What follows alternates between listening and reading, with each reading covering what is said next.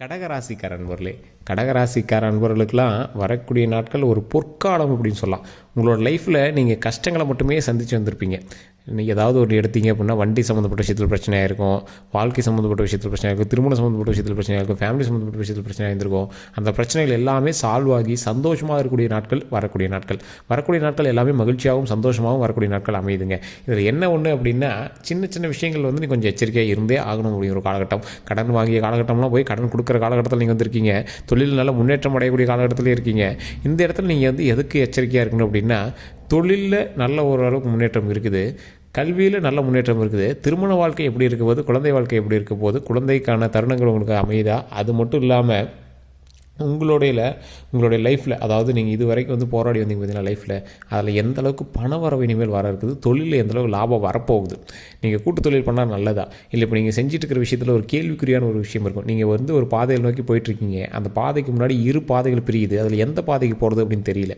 ஒரு பாதை வந்து ரிஸ்க்கான பாதையும் தெரியுது, ஆனால் அதுக்குள்ளே போகணும் அப்படின்னா அந்த ரிஸ்க்கை தாண்டிட்டோம்னா லைஃப் பயங்கரமான செட்டில்டு சூப்பரான இடம் அப்படிங்கிற மாதிரி தோணும்.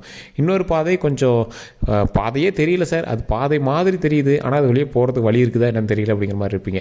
இதில் எந்த பாதை உங்களுக்கு வெற்றிக்கான பாதை அப்படிங்கிறத நம்ம வந்து முழுசாக யோசித்து செயல்பட போகிறோம். தொழிலில் முன்னேற்றம் அடைய போகிறதா அல்லது வாழ்க்கை எப்படி திரும்ப போகிறது அப்படிங்கிறது எல்லாத்தையுமே தெரிஞ்சுக்கிறதா இந்த முழுமையான வீடியோ. நிறைய பேர் இந்த நாட்களை நோக்கி பயணிச்சிட்ருப்பீங்க. சார் கஷ்டங்களை மட்டுமே அனுபவிச்சிட்டேன், இதுக்கு மேலே சந்தோஷமும் மகிழ்ச்சியும் நீண்ட ஆயுளும் உடலாக இருக்கும் வேணும் அப்படின்னு தான் நம்ம எல்லாருமே ஆசைப்படுவோம். அது கண்டிப்பாக கிடைக்கும். இனி வரக்கூடிய காலங்கள் எப்படி அமையப்போகுது அப்படிங்கிறத இந்த வீடியோ மூலமாக நீங்கள் தெரிஞ்சு போகிறீங்க. கடவுளால் சொல்லப்பட்ட ஒரு விஷயம் இன்றைக்கி வந்து இந்த வீடியோ உங்கள் காதில் கேட்க போடணும் அப்படிங்கிறது. ஸோ இந்த விஷயத்தை நீங்கள் ஸ்கிப் பண்ணாமல் பாருங்கள். பல விஷயங்கள் உங்களுக்கு காத்துட்ருக்கு. இன்றைக்கெலாம் அப்படியே ஃபுல்லாக அந்த கடகராசியினுடைய வரலாறே நம்ம தோண்டி எடுத்து அப்படியே நீட்டாக சொல்லிகிட்ருக்கோம். சார் ஒரே ஒரு முன்னாடி ஒரு விஷயம் சார், தயவு செய்து ஃபோன் பண்ணால் எடுக்கலை அப்படின்னு திட்ட வேண்டாம். நிறைய பேர் கொஞ்சம் பிஸியாக இருக்கனால அந்த டைம் எடுக்க முடியல, ஆனால் திருப்பி நம்ம ரிப்ளை பண்ணிட்டு தான் இருக்கோம். அதுக்கான அப்பாயின்மெண்ட் உங்களுக்கு கொடுத்து அதுக்கு தகுந்த மாதிரி பேசிட்டு தான் இருக்காங்க. ஸோ கீழே வந்து பார்த்தீங்கன்னா ஒரு நம்பர் கொடுத்துருக்கேன். நீங்கள் வந்து லோக்கல்லே ஜோதிடம் பாருங்கள். உங்களுக்கு சாட்டிஸ்ஃபை ஆகலை அப்படிங்கிற பட்சத்தில் மட்டும் கீழே கூடிய நம்பருக்கு ஃபோன் பண்ணுங்கள். ஃபோன் பண்ணி அப்போ எடுக்கலை அப்படின்னா அப்பாயின்மெண்ட் கொடுப்பாங்க. அந்த டைமில் வந்து உங்களுக்கான அப்பாயின்மெண்ட் கிடைக்கும். ஏன்னா கிட்டத்தட்ட 4 ஸ்டேட்டுக்கு மேலே ஜோதிடம் பார்க்குறாங்க. ஸோ அதனால் கொஞ்சம் பொறுமையாக தான் பண்ணுறாங்க. சில விஐபிகள் நிறைய வந்து வெயிட் பண்ணிட்டு தான் இருக்காங்க. ஸோ கொஞ்சம் வெயிட் பண்ணி கூட பண்ணுங்கள். நீங்களும் ஒரு மிகப்பெரிய விஐபி தான்.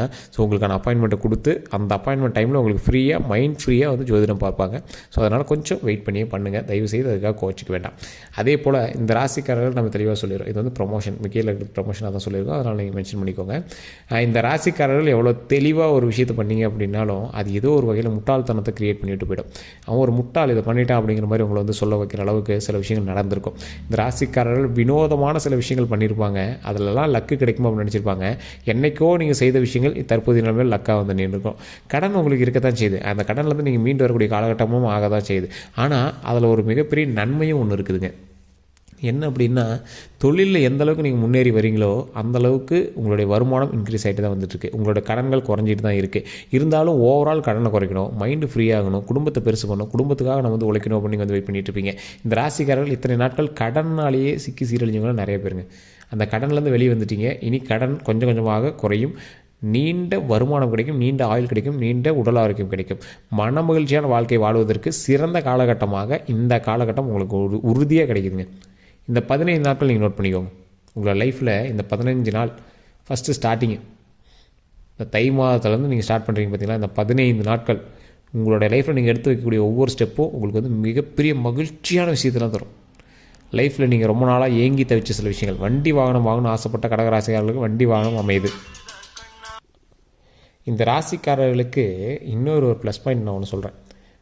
திருமணத்துக்காக நீங்கள் வந்து போராடிட்டுருக்கீங்க அப்படின்னா உங்களோட லைஃப்பில் நீங்கள் வந்து எடுக்கக்கூடிய முதல் ஸ்டெப்பு இந்த தை மாதமாக தான் இருக்கும்.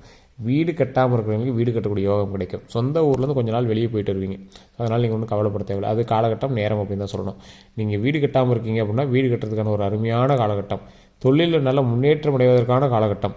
இந்த தொழில் எந்த அளவுக்கு உங்களுக்கு வந்து மேம்படும் அப்படின்னா, நீங்கள் ஒரு விஷயத்துக்காக ஸ்டெப் எடுத்து வைப்பீங்க, 1000 ரூபா அதிகமாக வந்தால் பரவாயில்லன்னு நினைப்பீங்க, இனி 10,000 ரூபா அதிகமாக வரும்.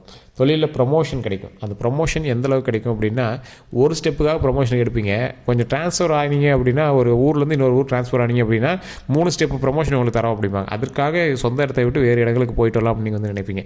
இடமாற்றத்தோடு சேர்ந்த வருமானம் உண்டு. இடமாற்றம் அப்படின்னா கீழ் ரூமில் இருக்கிறீங்க, நீங்கள் மேல் ரூமுக்காவது வந்து உட்காருவீங்க. அந்த மாதிரி ஒரு சின்ன இடமாற்றம் இருக்குன்னு வச்சுக்கோங்களேன். இந்த கடகராசிகளில் இந்த 2 வருடங்கள் நீங்கள் வந்து கொஞ்சம் அப்படியே ஸ்டார்ட் அப் ஆகிருப்பீங்க. ஒரு சக்ஸஸ்க்கான ஸ்டார்ட் அப் அப்படின்னு சொல்லுவாங்கள்ல, அந்த மாதிரி சின்ன சின்ன ஸ்டார்ட் அப் ஆகிருப்பீங்க. தொழிலில் நல்ல ஒரு வருமானம் தருங்க. உங்களுக்குலாம் நீங்கள் வந்து யோசித்து நீங்கள் வந்து ஒவ்வொரு விஷயத்தையும் பண்ணிங்க அப்படின்னா பயங்கர லாபம் உண்டு. கடன் பிரச்சனைலாம் தீர்ந்து கையில் செட்டில்மெண்ட்டாகவே ஒரு 5-6 லட்சம் வந்து கையில் நிற்கும். அசால்ட்டாக உங்கள் கையில் வந்து ஒரு 5 லட்ச ரூபா 10 லட்ச ரூபா வேணும் அப்படின்னா உங்களால் புரட்ட முடியும். அந்தளவுக்கு வந்து வருமானம் நல்ல ஒரு வருமானமாகவே கையில் நிற்கும்.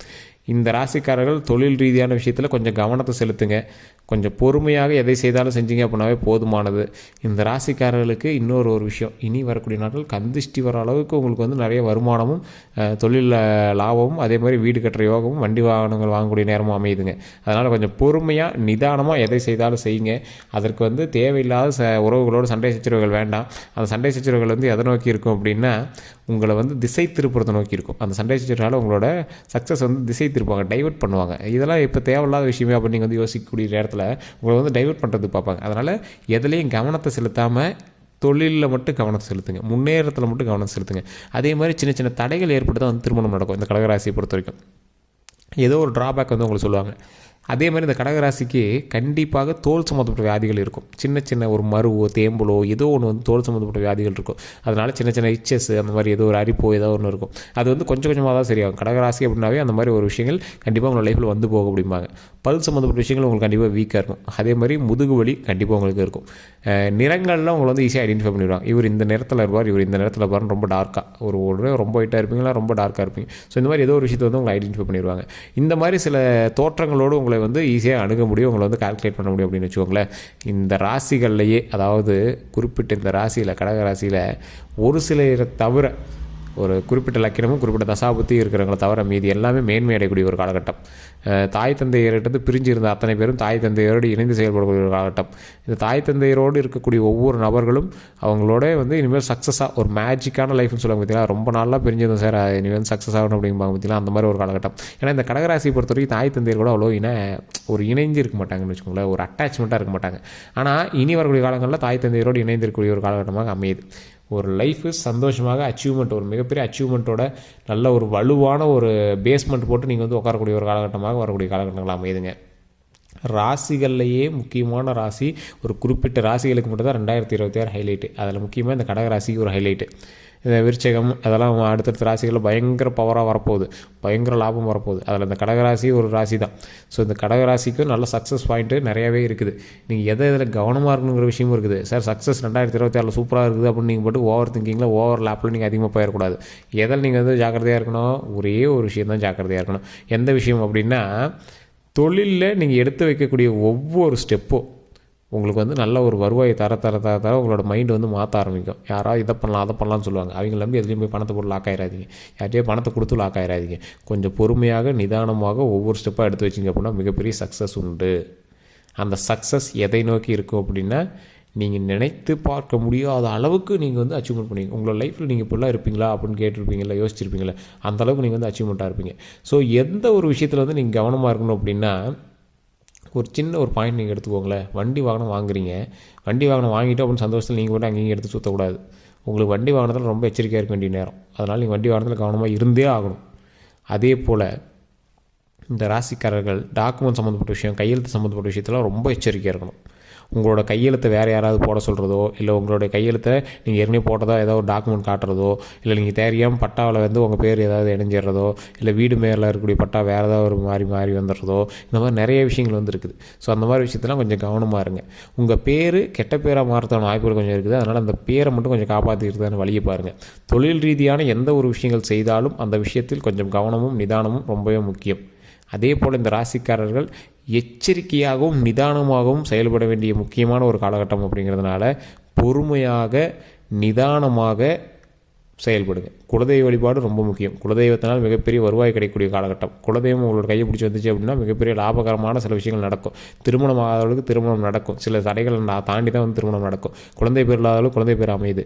கல்வி சம்மந்தப்பட்டமான விஷயங்களில் நீங்கள் வந்து முன்னேறிட்டு இருக்கீங்க அப்படின்னா சின்ன சின்ன தடைகள் ஏற்பட்டு அது வந்து சரியாகிறதுக்கான வாய்ப்புகள் அதிகம். அரசு வேலைகளுக்காக போராடக்கூடியவர்கள் தற்போதைய நிலைமையில் ஸ்டெப் எடுக்க ஆரம்பிச்சிங்கன்னா அதிகபட்சம் அரசு வேலைகள் கிடைப்பதற்கான வாய்ப்புகள் 100% உறுதி. அதே போல் அது வந்து ஸ்டெப் எடுக்கணும். பணம் கட்டி ஏமாறது இந்த மாதிரி விஷயங்கள் நீங்கள் தவிர்த்துக்கணும். உங்களுக்கு வந்து பணம் கட்டி வேலை செய்கிறது, பணம் கட்டி ஏதாவது ஒரு விஷயத்தை பண்ணுறது எதுவுமே உங்களுக்கு வந்து செட்டே ஆகாது. அதனால் நீங்கள் அதில் போய் பணத்தை வீண் பண்ணி நீங்கள் வந்து லாக் ஆகிட்டு உட்காந்துட்டு இருக்காதீங்க. அதுக்காக கடனாளியெல்லாம் நீங்கள் ஆகக்கூடாது. அப்படி தான் நீங்கள் நிறைய விஷயங்கள் வந்து கடனாளி ஆனது. உங்களுக்கு வந்து உழைத்து கிடைக்க வேண்டிய விஷயங்களுக்காக நீங்கள் வந்து பணத்தை கொடுத்து அதை சரி பண்ணலாம் அப்படின்னு போய் நிறையா விஷயத்தில் வந்து ஏமாந்த விஷயங்கள் அதிகம். அதனால தான் உங்களோட உழைப்பு வந்து டபுள் மடங்காக போடுற அளவுக்கு உங்களோட கடனில் தள்ளி விட்டுருச்சு. ஸோ அதனால் இனிமேல் பண்ணக்கூடிய விஷயத்தில் உங்களோட உழைப்பு அதிகமாக போடுங்க, கடவுள் வழிபாடு அதிகமாக பண்ணுங்கள், ஒரு 10 பேருக்காக அன்னதானம் பண்ணுங்கள். அதனால் மிகப்பெரிய நன்மை உண்டு. ஏதாவது கருத்துக்கள் வேணும் அப்படின்னா மறக்காம கமெண்ட் செக்ஷனில் பதிவிடுங்க. கீழே இருக்கக்கூடிய நம்பருக்கு ஃபோன் பண்ணி பேசி தெரிஞ்சுக்கலாம். எல்லோருக்கும் நன்றி நண்பர்களே.